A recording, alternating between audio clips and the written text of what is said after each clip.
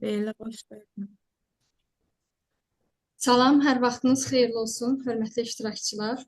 Bugünkü görüşümüzün qonağı Naxçıvan Dövlət Universitetinin dosenti, filologiya üzrə fəlsəfə doktoru Nəzakət xanım İsmailova. Nəzakət müəllimə, xoş gəldiniz. Buyurun. Çok sağ olun. Allah sizden razı olsun. Ben de sizin akşamınızı, geceniz xeyir olsun demek. Mən əziz yoldaşlar, mən belə bir mövzuya toxunmaqdan məqsədim odur ki, istəyirəm ki, Əyyub Abbasov haqqında, yəni ziyalıların, bir Azərbaycanlı vətəndaşların hamısı Əyyub Abbasov haqqında məlumatları olsun. Bu Əyyub Abbasovun yaradıcılığı çox zəngindir, çox şaxəlidir və ümumiyyətlə Əyyub Abbasov Azərbaycan ədəbiyyatşünaslığının müxtəlif sahələrində əsərlər yaratmışdır. Lakin Əyyub Abbasov az tədqiq olunan, az öyrənilən bir sahədir. Niyə? Çünki Sovet dövründə yaşamış Əyyub Abbasov çox çətinliklər çəkmiş. Elə adı da Əyyub çətinliklər çəkən deməkdir. Əyyub Abbasovun yaradıcılığı dediyimiz kimi zəngin olduğu qədər də həyatı da çox keşməkeşli olmuş. Çox təlatümlü bir həyat yaşamışdır. Əyyub Abbasov 1900, bəzi mənbələrdə 1905-ci il yazılıb, bəzi mənbələrdə 1906-cı il yazılıbdır. Bunların hansının dəqiq olduğunu mən araşdırmışam. Mən elə gəlir ki, 1905-ci il daha düzgündür. Çünki dediyim kimi bəzi mənbələrdə 1906-cı il, 1900-də və yaxud da 1905-ci illər yazır. Buna baxmayaraq Əyyub Abbasov demək Zəngəzur rayonu Şəki kəndində anadan olmuşdur. Onun anadan olduğu həmən o 1905-ci il inqilabları ki var idi Azərbaycanda bir sıra çətinliklərlə qarşılaşmışdır. O dövrdə bilirsiniz də, yəni artıq informasiya çox zəif idi, yəni telefonlar yox idi. Ancaq məktub vasitəsilə bir-birlərindən insanlar əlaqə saxlaya bilirdi və bu Əyyub Abbasov da demək insanlar o hadisələrin içərisində yaşayan bir insan kimi demək əsəri Zəngəzur romanını qələmə almışdır. Zəngəzur romanının haqqında danışmamışdan əvvəl mən istəyirdim ki, Əyyub Abbasov haqqında danışam. Yəni onu ətraflı tanımağınız üçün. Əyyub Abbasov dediyim kimi 1905-ci ildə Zəngəzur rayonu Şəki kəndində anadan olmuşdur. Onun atası, anası, iki qardaşı o təlatümlü bir dövrdə yaşadıklarına görə çox çətin bir şəraitdə olduqlarına görə o dövrü qurbanı olmuşdu demək olar ki. Həmən dövründə yaşadıkları dövrdə qurbanı olmuş. Əyyub da, balaca Əyyub da uşaqlıq yaşlarından demək ağaların həyatında muzdurluq etməyə başlanmışdı. Bir qarın çörəyə. Demək onun Əbdüləzim onun dayısı olur, Naxçıvanda yaşamış olur Əbdüləzim. Onu Naxçıvana gətirmiş və Naxçıvanda ibtidai təhsilini Naxçıvanda almışdır. Demək olar ki, ibtidai təhsilini aldıqdan sonra Əyyubun, balaca Əyyubun demək ədəbiyyata, şeirə, sənətə marağını görmüş, zirək bir uşaq olduğunu görmüş və bundan yəni daha da məşğul, daha da yaxşı məşğul olmağa başlamışlar. Əyyub Abbasov demək orta məktəbi Naxçıvanda bitirmiş, sonra pedaqoji universitetə daxil olmuşdur. Pedaqoji universitetə daxil olandan sonra demək oranı bitirmiş və oranı bitirəndən sonra isə yenidən Naxçıvana qayıtmışdır. Naxçıvana qayıtmış demək olar ki, Naxçıvana qayıtdığı dövrdə artıq o Şərq Qapısı qəzetində uzun müddət çalışmışdır. Şərq Qapısı qəzetində çalışdığı dövrdə Mübarizə adlı bir şeir yazmışdır ki, həmin şeirdə demək Rəslizadə tərəfindən tövsiyə olunmuş, Şərq Qapısı qəzetində çap olunmuşdur. Və bu Naxçıvanda yaşadığı dövrdə həm də Xalq Maarif Komissarlığında uzun müddət işləmiş, indiki Təhsil Nazirliyində uzun müddət işləmişdir. Sonra demək olar ki, təhsilini davam elətdirmək üçün yenidən demək Bakıya getmiş. Bakıda müxtəlif sahələrdə Komünist qəzetində işləmiş, bir sıra mətbu orqanlarda fəaliyyət göstərmişdir və göstərdiyi dövrdə də sözsüz ki, ədəbi yaradıcılıqla da məşğul olmuşdur və dediyimiz kimi həm də onun demək həyatı təlatümlü olduğu qədər də çox çətin bir həyat yaşamışdır. Müharibə dövrünə düşmüşdür, Birinci Dünya Müharibəsi dövrünə düşmüşdür və o müharibəyə getmiş. Həm müharibədə demək olar süngüsü ilə, həm də qələmi ilə mübarizə aparmağa başlanmışdır. O dövrdə bir sıra əsərlər çap olunmuşdur, kitabları çap olunmuşdur ki, o kitabların da demək olar əksəriyyəti uşaq ədəbiyyatına aid olan əsərləri idi. Uşaqlarla bağlı çox maraqlı əsərlər yazmışdır Əyi Babasov. Yəni uşaqların həyatından, uşaqların yaşantılarından, uşaqların məktəbdə necə təhsil almaqlarından, uşaq psixologiyasına yaxından bələd olmuş, həm də o pedaqoji demək olar ki, pedaqoji fəaliyyətlə məşğul olmuşdur. Bu pedaqoji fəaliyyətlə məşğul olması da onun uşaqlarla ünsiyyətdə olmuş və uşaqların ünsiyyətdə olduğu qədər də onlara, yəni yaxından onların xarakterinə bələd olmuşdur və mən belə düşünürəm ki, bəlkə də ona görə uşaq ədəbiyyatına daha çox maraq göstərmiş və uşaqlarla bağlı gözəl əsərlər yazmışdır. Və bu uşaqlarla bağlı gözəl əsərlər yazmış, bir sıra poemalar, dram əsərləri yazmış, Kənd Tamaşaçılar Teatrında tamaşaya qoyulmuşdur. Həmin bu əsərlər, məsələn, Çal Ülkərin Bir də Çal bir əsəri vardır ki, həmin əsər yəni göstərilir ki, məktəbdə uşaq pianoda çalır, şagird pianoda çalır, elə gözəl Koroğlu havasını çalır ki, yəni onu bil də alqışlayırlar, yenidən səhnəyə qadir və yəni alqış sədaları altında geri qadir. Həm onun müəllimi, həm də valideynləri çox sevinir. Misal üçün, bir Nailə adlı əsəri vardır, poeması vardır. Nailə çox yaxşı oxuyan uşaqdır. Sadəcə atası, anası işlə o qədər məşğul olurlar ki, yəni Nailəni artıq unudurlar. Nailə artıq zəifləyir dərslərindən. Yəni bu cür əsərlərin adlarını çox sadalamaq mümkündür. Yəni uşaqlarla bağlı dəyərli əsərlərin müəllifidir. Uşaq ədəbiyyatına çox dəyərli töhfələr vermişdir. Lakin onun yaradıcılığı bir dənə də Zəngəzur romanı vardır. Zəngəzur romanı da demək olar ki 1900 hardasa 2 cilddə yazmış Zəngəzur romanını. Bu 1956-da bir də 57-ci illərdə demək 2 cild nəşr olunmuşdur. Mən bu əsərdən demək olar ki, yəni bəlkə də bir 20 il bundan qabaq yəni tanış idim.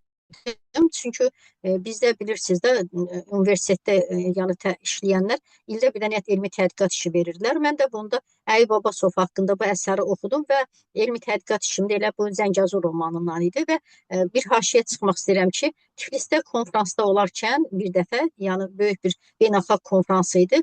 Orada Zəngəzur romanı dediyim tədqiqatçısı kimi həmən Zəngəzur romanının bu günümüzlə paralelliyi adlı bir məqalə işlədim və məqaləni də orada çıxış edərkən Tiflisdə yəni 2 dənə yaşlı bir professorların bir-birləri ilə söhbət elədiyini gördüm. Mən düşündüm ki, mənə baxdılar, nəsə danışdılar. Sonra mən araşdırma apardım ki, o professorların biri demək erməni imiş. Sonra mənə sual verdi ki, sən necə oldu belə bir yəni əsərə, belə bir məqalə yazmağa yəni həvəs yarandı? Mən də dedim ki, Zəngəzur romanı Əyi Babasovun başına gələn hadisələrdir ki, qələmə almışdır. Həmin Zəngəzur romanı demək olar ki, orada yaşayan insanların real prototipləridirlər hamısı. Yəni orada insanların həyatı.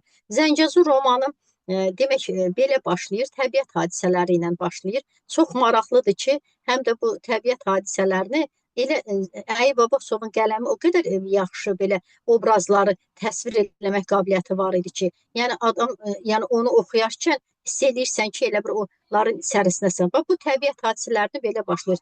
Kəhli otunun, alma çiçəyinin, demi yarpızının, ətrinin köfşənə yayan xoş və təmiz səhər mehi, sinəsi qabarıq bildirçinlərin, tükü rəngarəng pipiyi yelpik kimi açılıb bükülən pupbuların, yumruq boyda boz sərçələrin səsləri ətrafa yayılmışdır. Burada Zəngəzur romandakı hadisələrin bir də mənim diqqətimi o çəkdi ki, bütün hadisələr qarşı-qarşıya qoyulmuşdur. Orada bir nəbi kişi var, bir də aşot vardır. Yəni biri erməni, biri Azərbaycanlı. Hərəsi öz torpaqlarında biçim biçirlər və otlarını biçirlər.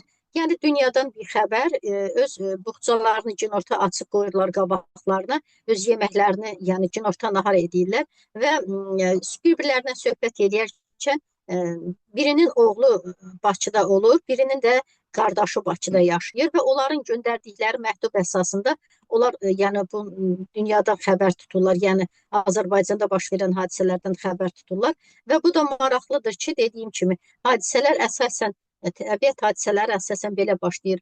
Demək, uzun müddətdir ki, yəni artıq onların heç nədən xəbərləri olmadığına bu məktub əsasında onlar xəbər tuturlar.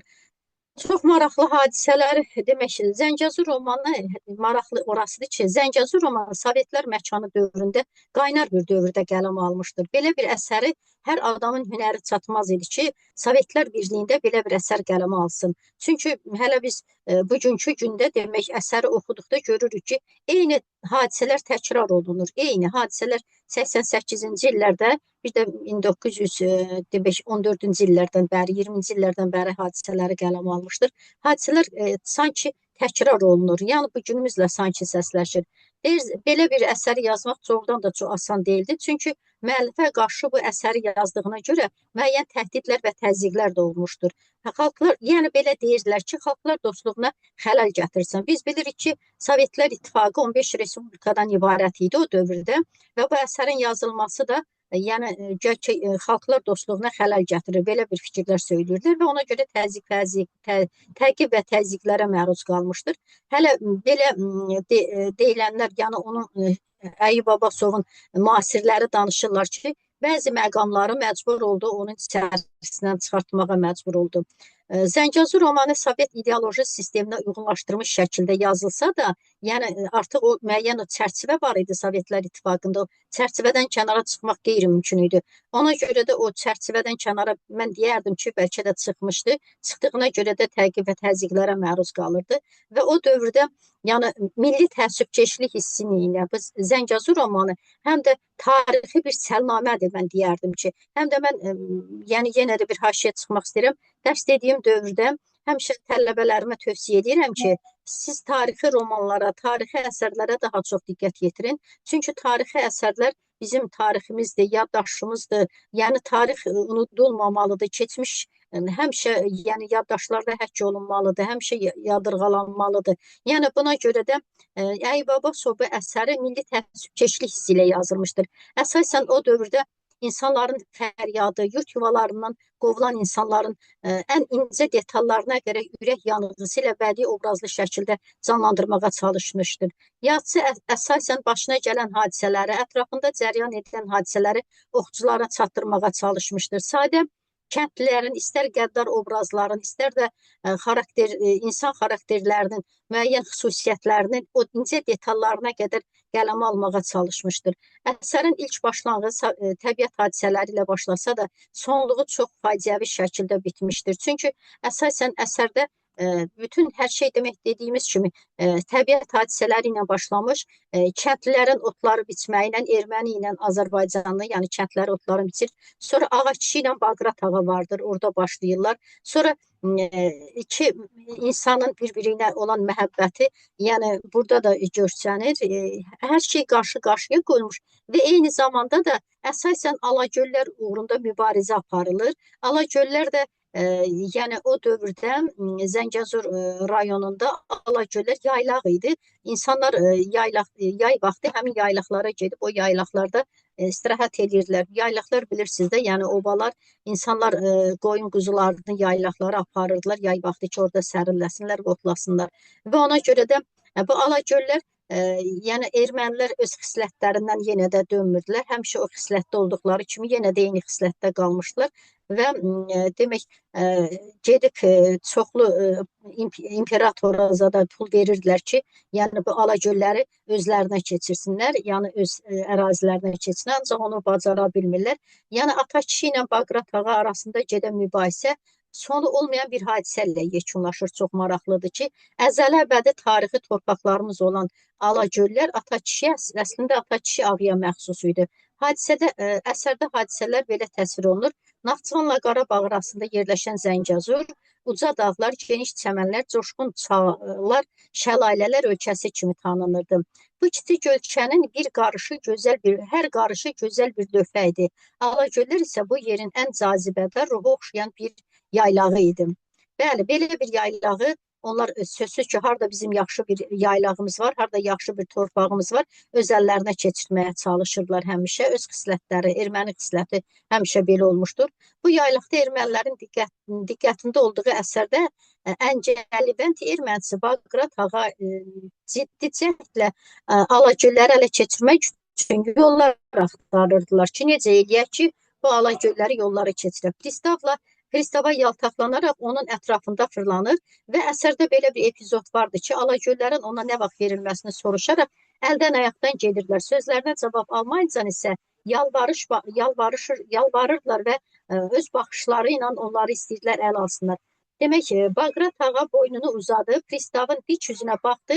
Axı o yerləri ələ keçirmək üçün mən bu Qriqorla birlikdə ətək-ətək pul tökmüşəm deyə, yəni əsərdə belə bir epizod verilmişdir. Bu mənfur erməni toplumu demək olar ki, həmişə əsərdə də olduğu kimi həmişə belə xislətə malik olmuşlar. Zəngəzur romanı əsasən ideyası Azərbaycan kəndlinin inqilabdan əvvəl və inqilabdan sonraki dövrdə ictimai-siyasi vəziyyəti, eyni zamanda törədilən milli qırğının dəhşətlərin göstərilmiş, eləcə də xalq kütlələrinin milli azadlıq ruhunun oyanması prosesi canlandırılmışdır.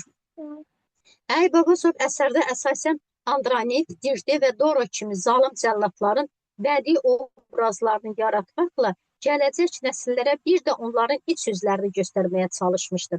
Tarixi hadisələri təfərrüatı ilə belə təsvir etməklə bu qayəni daha dolğun verməyə müvəffəq olmuşdular.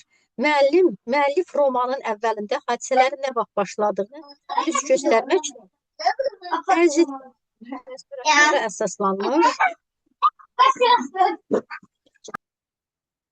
Əsasdır. Buyurun müəllimə. 1906-cı ildə dediyimiz kimi Əruzəmdə 1906-cı illəri əhatə edir. Yəni Birinci Dünya müharibəsi başladığı dövrü əhatə edir. Əsərdə verilmiş belə bir məqam oxucunun düzgün qənaətə gətirə bilər ki, o vaxt qeyd etmək lazımdır ki, 1906-cı ildə 1921-ci ilə kimi, demək, ikinci ilin yarısına qədər olan hadisələr əsasən bu dövr qələm almışdır. 1906-cı illərdə 1921-ci ilə qədər olan hadisələr əsasən qələm almışdır. Bir də Sovetlər İttifaqının qaynar dövrdə yazılmış belə bir əsər ermənilərin iyrənc xislətini göstərmiş, doğrudan da belə bir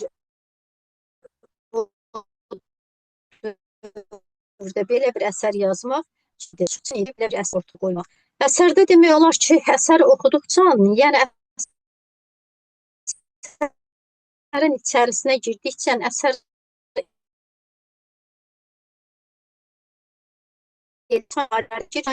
gözləri qarşısında canlanır. Qadın azadlığı məsələsinə də toxunulmuşdur. Qadınlar çox müthidirlər, öz hüquqlarını tələb eləməyə bacarmırlar, çadraya bürünmüşdülər və yəni bu əsər haqqında, əsəri oxuyarkən əsər haqqında müxtəlif bölmələrdə, müxtəlif şaxələrdə, yəni istiqamətlərdə təhlillər aparmaq mümkündür. Bir tarixi məsələ nöqteyi nəzərdən təhlillər aparmaq mümkündür. Bir burada qadın azadlığı məsələsinə də toxunmaq olar. Bir də ki, ailə məişət mövzuları, sonra bir də maraqlıdır ki, orada adət-ənənələr də yəni obrazlı şəkildə göstərilmişdir. Adət-ənənələrimiz də orada yaxşı şəkildə göstərilmişdir. Yəni belə bu hissələrə də toxunmaq mümkündür.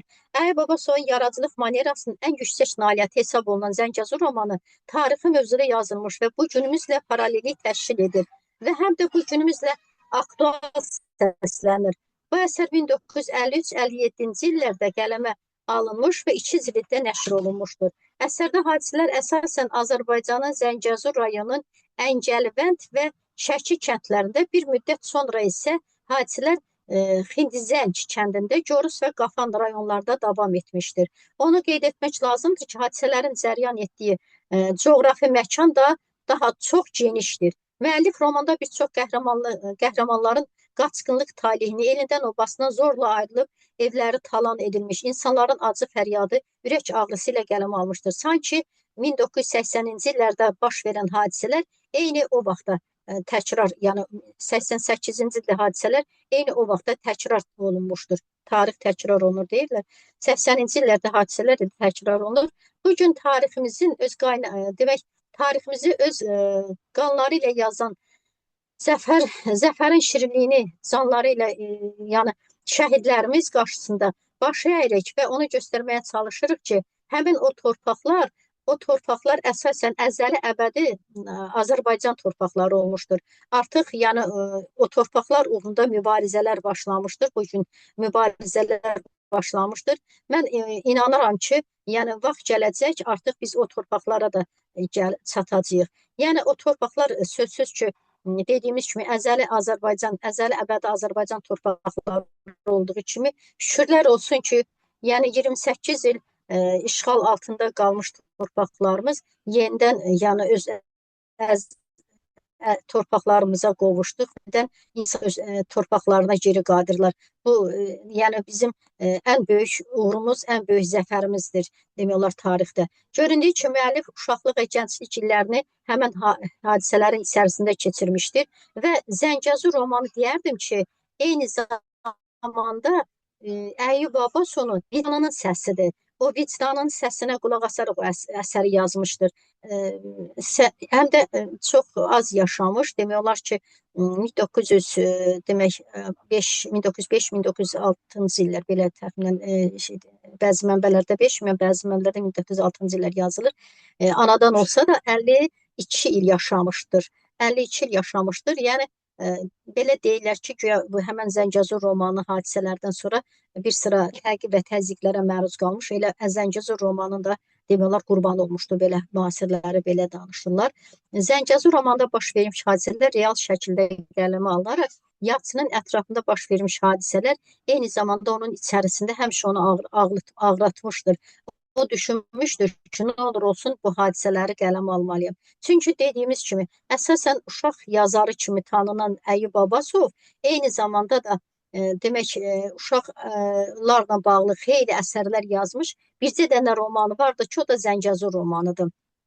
Zəngəzur romanı hadisələrdə görürük ki, əsərdə demək dediyimiz kimi qadın hüquqsuzluğu, ağaların, bəylərin, sadə kəndlərin başına gətirdikləri müsibətlər, avam insanların acı talehi, maarifin ziyanın inkişafına mane olan qüvvələr, zəhmətkeş insanların yaşantıları, bulaq suyu kimi tərtəmiz, məhəbbətlə sevən gənclərə iyrənc mənəviyyatlı insanlar tərəfindən çirkləndirilməsi, hadisələr daha çoxdur. Daha yəni hadisələri dönə-dönə sadalamaq mümkündür ki, hadisələr yəni içərisində haşiyə çıxaraq müxtəlif hadisələr var Zəngəzur romanı içərisində. Bunların önündə müəllif əsasən torpaq idealında olan qaniçər İgilis xəfiyyəsi Andronikin, Necdenin, Durodun zalım qəddar obrazlarını yaratmaqla tarixi həqiqətləri təsvir etməyə çalışmışdır. Və Zəngəzur romanı dediyimiz kimi tarixi səlnamədir. Mən çox istəyərdim ki, Zəngəzur romanını kimsə oxumayıbdır, bu Zəngəzur romanını oxusun.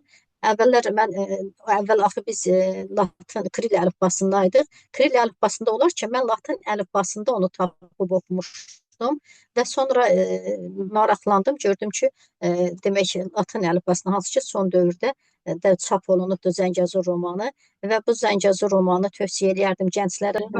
Demək dediyimiz kimi Əyyub Abbasovun yaradıcılığı çox zəngindir. Əyyub Abbasov tək Zəngəzur romanı ilə tanınsa da, dediyimiz kimi bir çox sahələrdə də fəaliyyət göstərmişdir.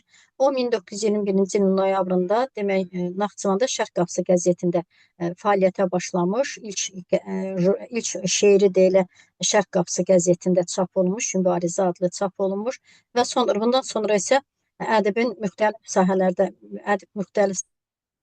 sahələrdə işləmiş. Gənc yazarların, gənc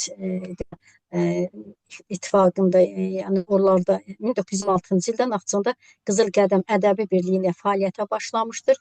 Sonra Əyyub Abbasov demək ədəbi fəaliyyəti ilə bağlı bir sıra təltifləri də olmuşdur. Sonra Əyyub Abbasov demək olar ki, Kommunist qəzetində də işləmiş. Bir də onu nəzərinizə çatdırım ki, Əyyub Abbasov Naxçıvanda ilk seminariya açılmış, ilk seminariyanın tələbəsi olmuşdur və həmin seminariyanı bitirdikdən sonra isə həmin seminariyada pedaqoji azacıq da az müddətdə pedaqoji fəaliyyətlərdə məşğul olmuş.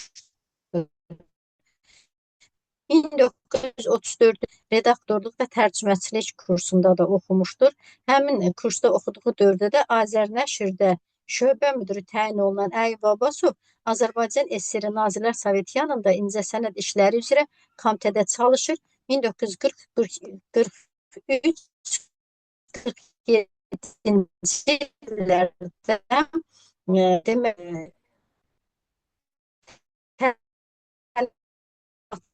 kimi Bakı Teatr Məktəbinin direktoru dediyimiz Əyyub Abbasov əl yaşamış və yaşama həm hekayə, həm pyeslər də vardır ki, Nəzakət müəllimə, səsiniz qırılır. həm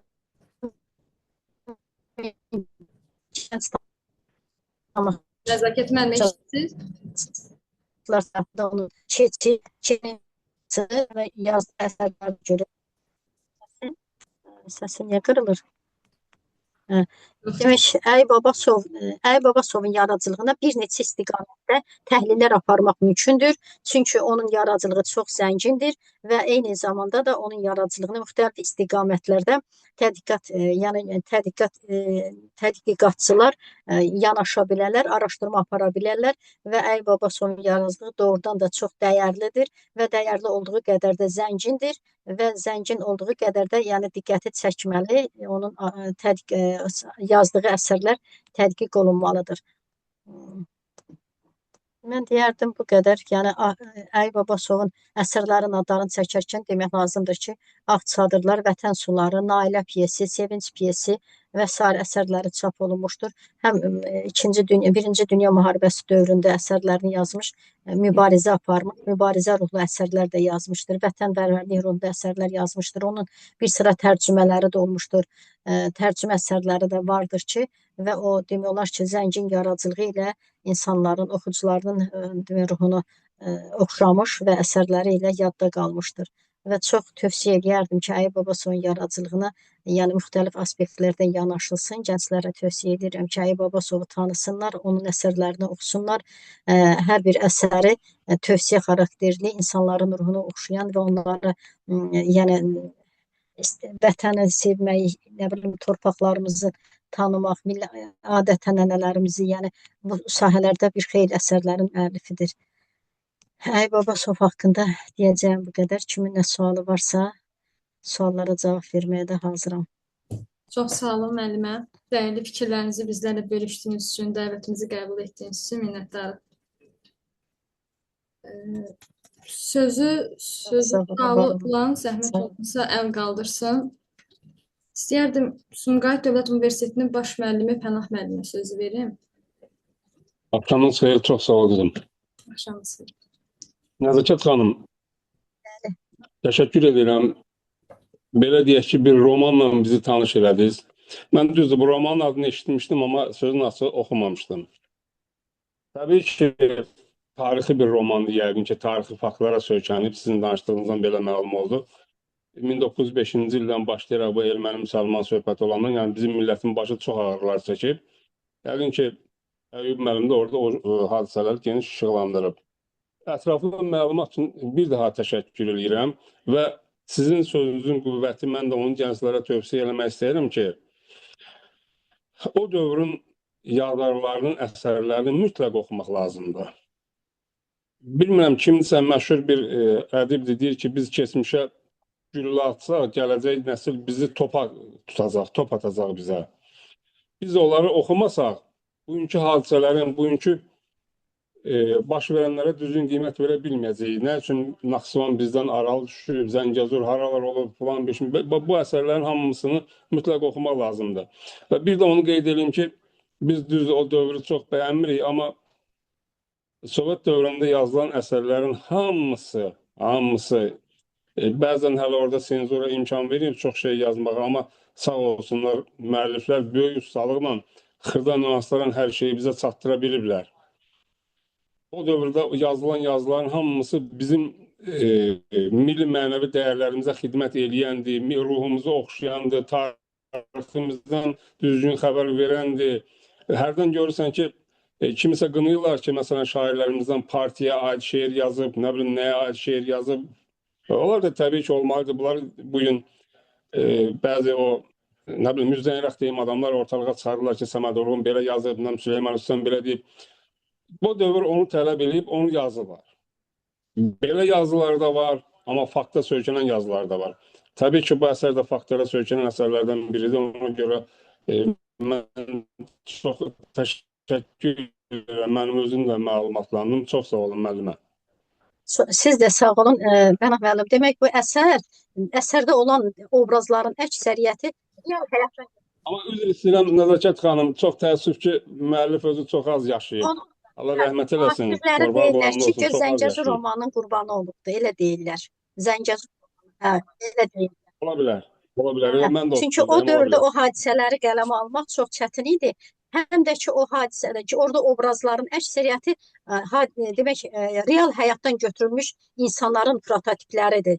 Biz Naxçıvanlıların da, yəni yaralı yeridir ki, Zəngəzur o vaxt yəni verilməsəydi, biz Azərbaycanımıza bu qədər ayrı düşməz idik. İnanırsınız, gedib gəlmək o qədər çətindir ki, yəni təyyarə ilə yol, o dronlar Biliyorum. elə hadisələr baş verəndə, yəni bizim yolumuz 5 gün bağlı qaldı. Biz çox, yəni insanların axı xəstəlikləri var, qoca var, nə bilim, nə tür hadisələr Bəli, var. bəli. Verib gəlməyimiz çox çətin oldu. Ona görə biz böyük bir səbirsizliklə gözləyirik ki, bu Zəngəzur yolu açılsın, bizim yolumuz heç olmasa Azərbaycanla birləşək. Yəni bunu bilərək İnşallah bilərəkdən açılar. edilər. Əli Babasovda doğrudan belə bir əsərin yazılması da tariximizdir. Tarixi bir səlnamədir, tariximizdir. Bütün tarixi çalarları öz önünə gətirmişdir hamısını.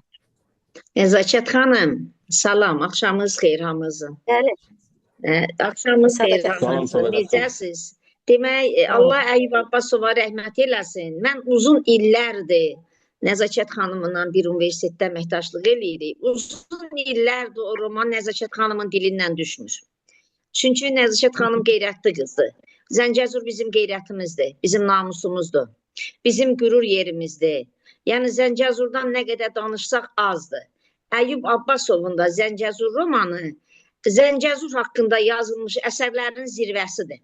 Ona görə də biz o əsəri unutmamalıyıq, tez-tez onun işığına yığışmalıyıq və dərs götürməliyik, tarixdən dərs götürməliyik.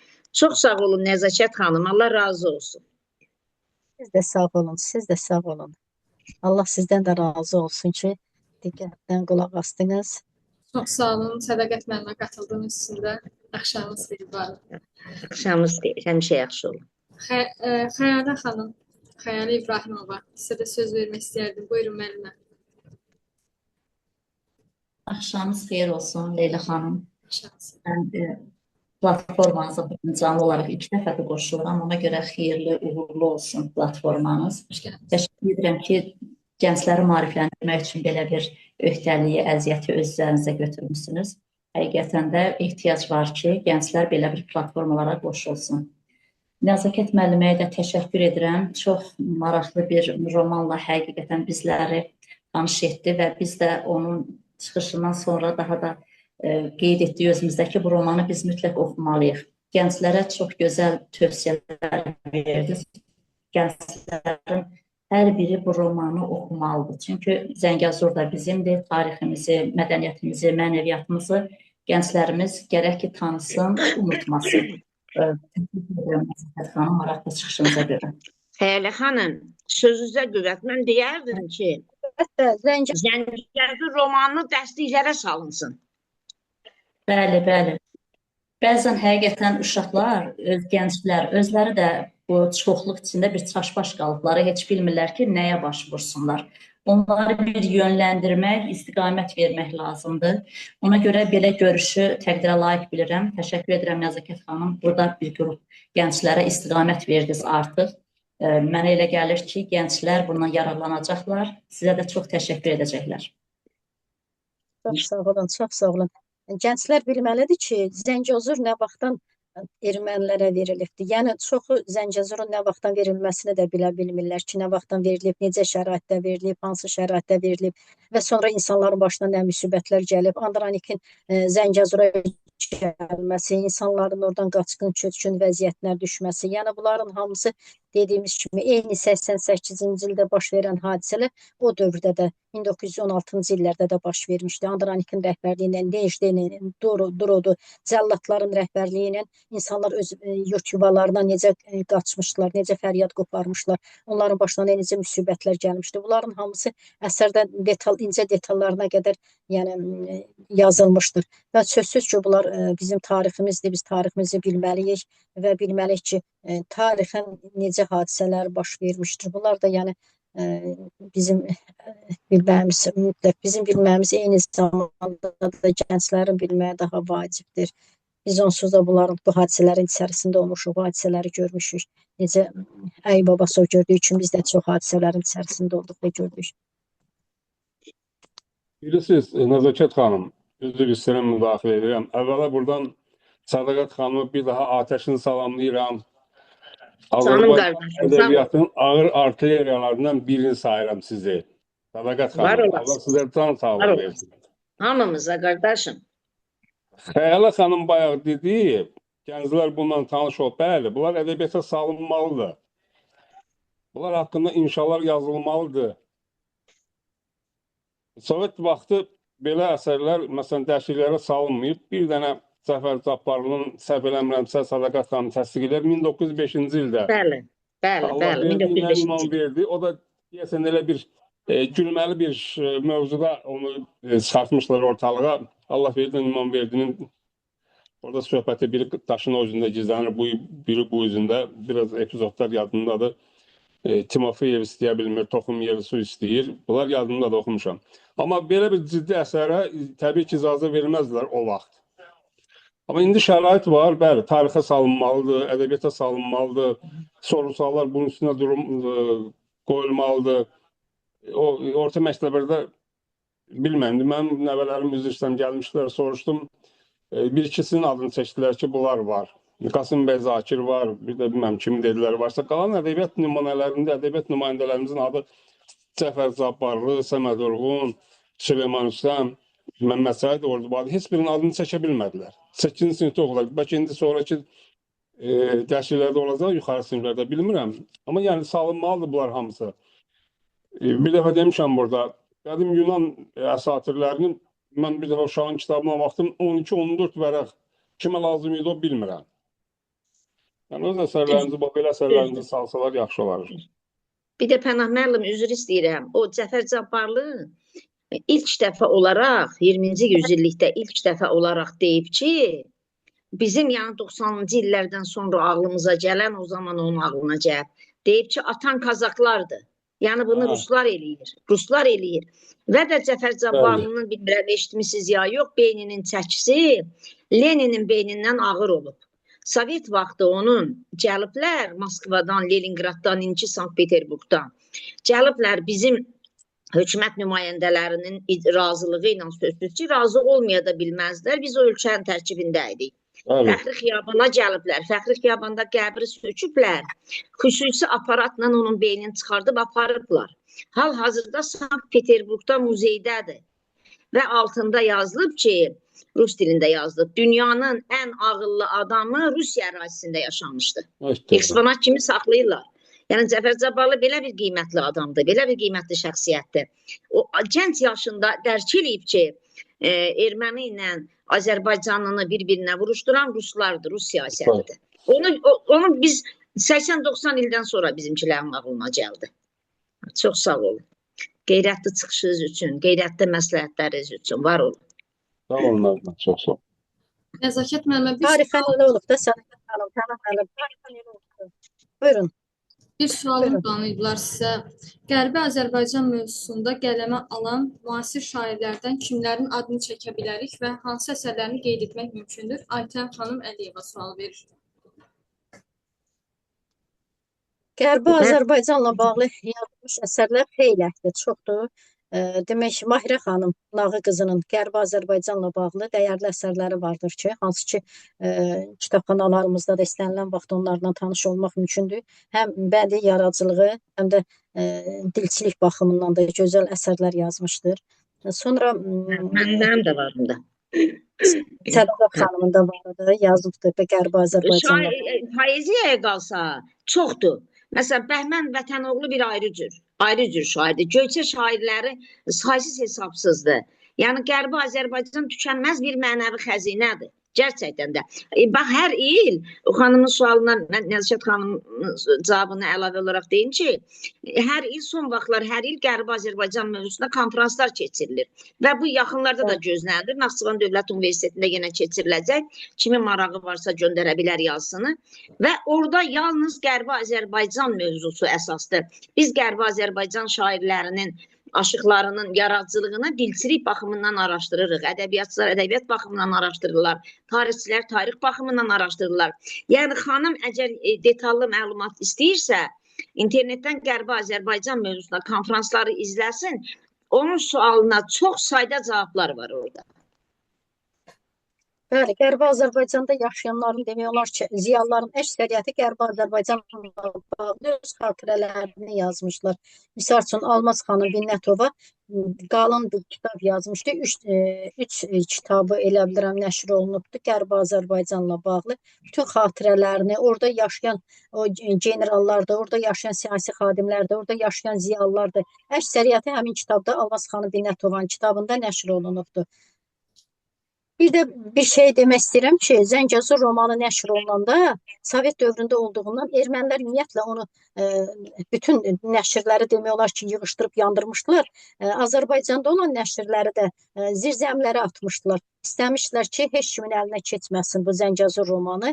Ancaq yanılmışdılar. Zəngəzur romanı artıq bugün öz aktuallığını ilə səslənir. Bugün aktuallığı ilə hamı tanınır və budakı hadisələrin də bugün səsləşdiyini artıq görürük və dərk edirik. Artıq bu Əyyub Abbasov demək olar ki, son dövrlərdə daha çox tədqiq olunur, daha çox öyrənilir. Mən belə düşünürəm ki.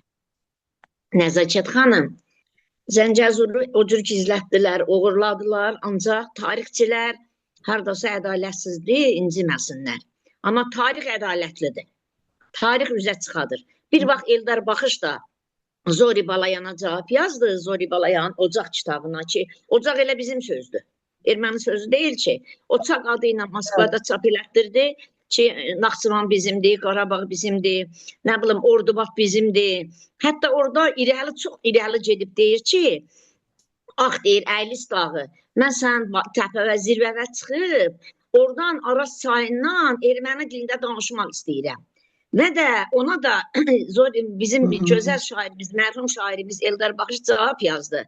Dedi, o nədir yazmışsan Zori Balayan? Kür Araz deyirsən, çəkəliyirsən, xırda budaqların üstə oturub, böyük budaqları silkəliyirsən. Böyük budaqların böyük qolu var. O qolun üstündə qol dura bilməz. Atandan, dədəndən, babandan soruş. Hər adam hər daşı qaldıra bilməz. Nəysə, gözəl cavab ver ona. Və Eldar Baxışı bizimkilər zəhərləyib öldürdülər. O əsəri qoymadılar yayılsın, çap eləmədilər.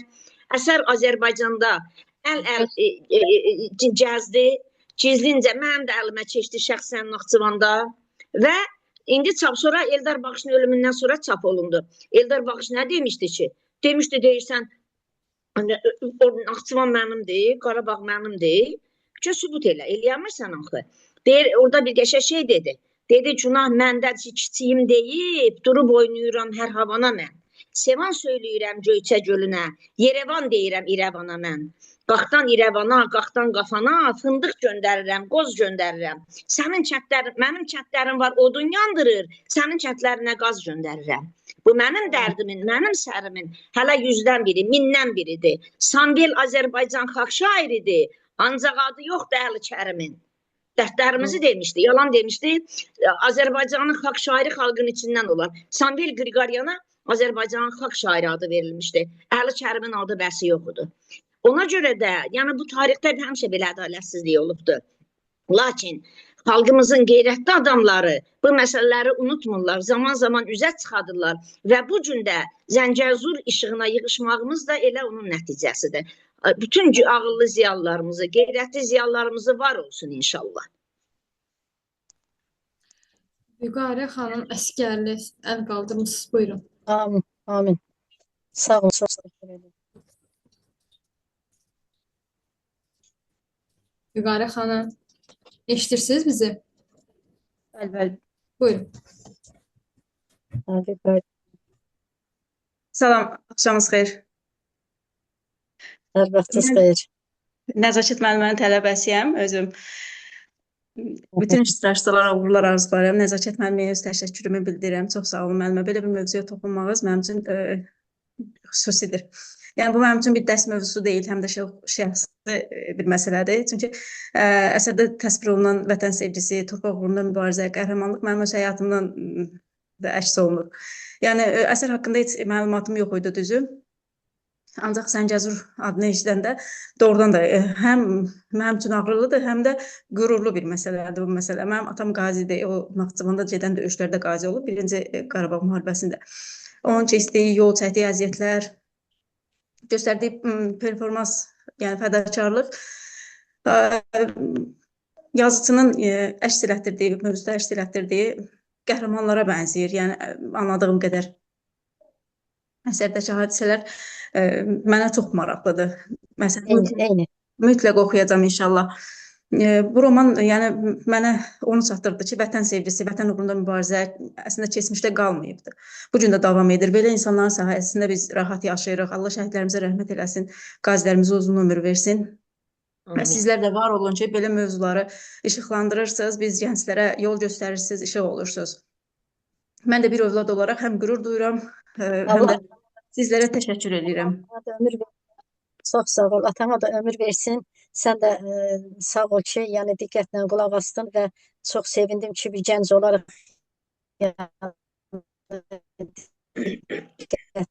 diqqətində oldu. Mən də çox sağ ol qızım. Çox sağ olun, çox sağ olun. Çox sağ olun Vidarə xanım. Səkinə xanım, buyurun, əl qaldırmışsınız. Səsiniz açıqdır. Salam, hər vaxtınız xeyir olsun. Mən də salamlayıram hər birinizi. Mən əslində bu platformaya çoxdan da izləyirdim. Sadəcə burada öz müəllimimi görəndə daha çox sevindim. Naxçıvan Dövlət Universitetinin tələbəsiyəm. Mən də Tarix Filologiya Fakültəsinin Nəzakət müəllimənin tələbəsiyəm. Yəni çox sevindim. Nəzakət müəllimədən biz çox şey öyrənməliyik. Yenə də öyrəndik. Yəni mən bilmirdim. Bu haqqda heç bir məlumatım yox idi. Çox sağ olsun müəllimə, çox sağ olun. Yəni oxuyacağım kitablar siyahısına, oxuyacağım romanlar siyahısına yenə bunu da əlavə elədim sizin sayənizdə. Çox sağ olun, siz də var olun Leyla xanım. Sağ olun. Çox sağ olun, minnətdarım. Sağ ol, Səkinə xanım. Başqa Çox sözünüz sevindim ki, siz də qulaq asıbsınız. Çox sağ olun müəllimə, var olun. Başqa sözü sualı olan varsa buyursun. Səs aça bilər.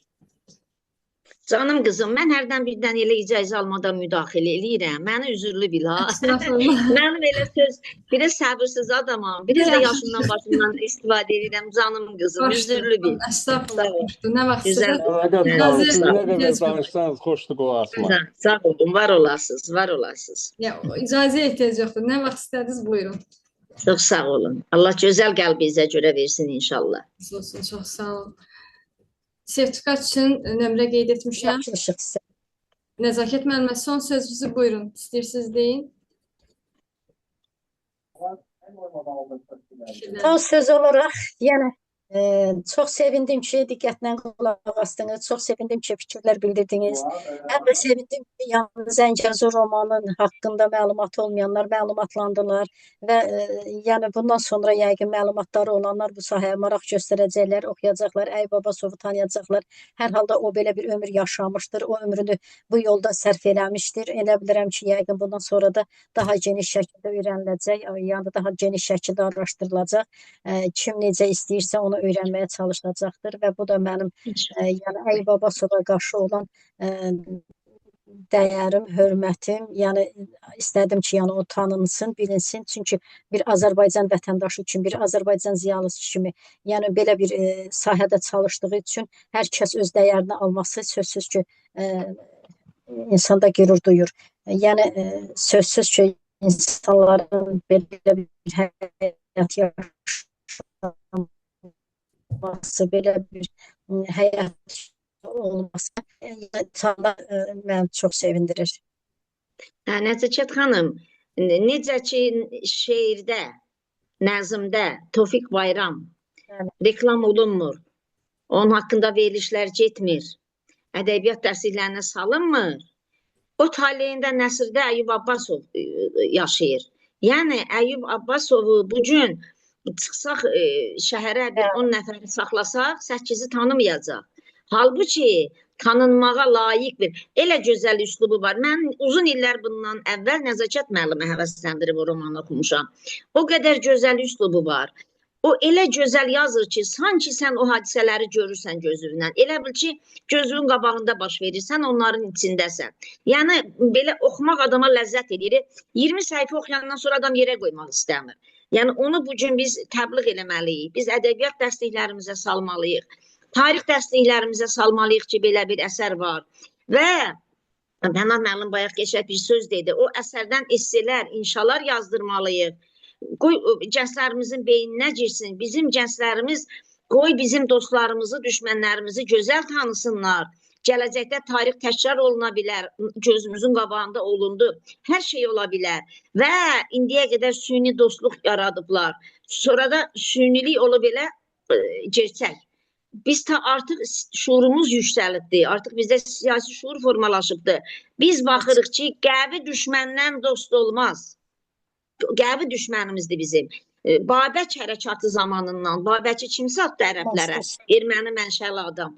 Yəni, biz bunlar, bizim öz adamlarımızı, bizim Eldar Baxış kimi şairimiz gedib bu amal uğrunda. Əyyub Abbasov kimi nasirimiz gedib bu amal uğrunda. Onlar da bizim bir faciəmizdir. Onlar da bizim yaralı yerimizdir. Mənəviyyatımıza dəyən zərbədir. Onları unutsaq, valla deyir, səni qaldıranmasan başım üstə tac kimi, tarixin yaddaşında çətin qalxım ucalım, Xocalım, ay Xocalım, Zəlimxan Yaqub rəhmətli deyirdi. İndi biz bu əsərləri başımızın üstündə tac eləməliyik. Əks təqdirdə bizim mənəvi qələbəmiz mümkün deyil.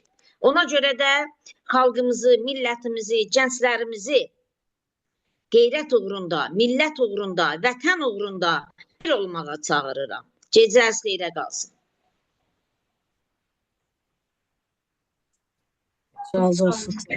Çox sağ olun Nəzakət müəllimə. Sizə təşəkkür edirəm. Qatıldığınız üçün minnətdaram. Qonaqlarınız, dəyərli müəllimləriniz. Pənah müəllimin işıqları söndü deyəm. Ona görə təəssüf ki, çıxası oldu. Dedim sizə də bildirim. İnşallah növbəti təlimdə görüşərik. İnşallah. İnşallah. Çox sağ olun. Sertifikat nömrə qeyd etmişəm, yazarsınız. Gecəniz xeyir olsun. Gecəniz xeyir. Sağ olun.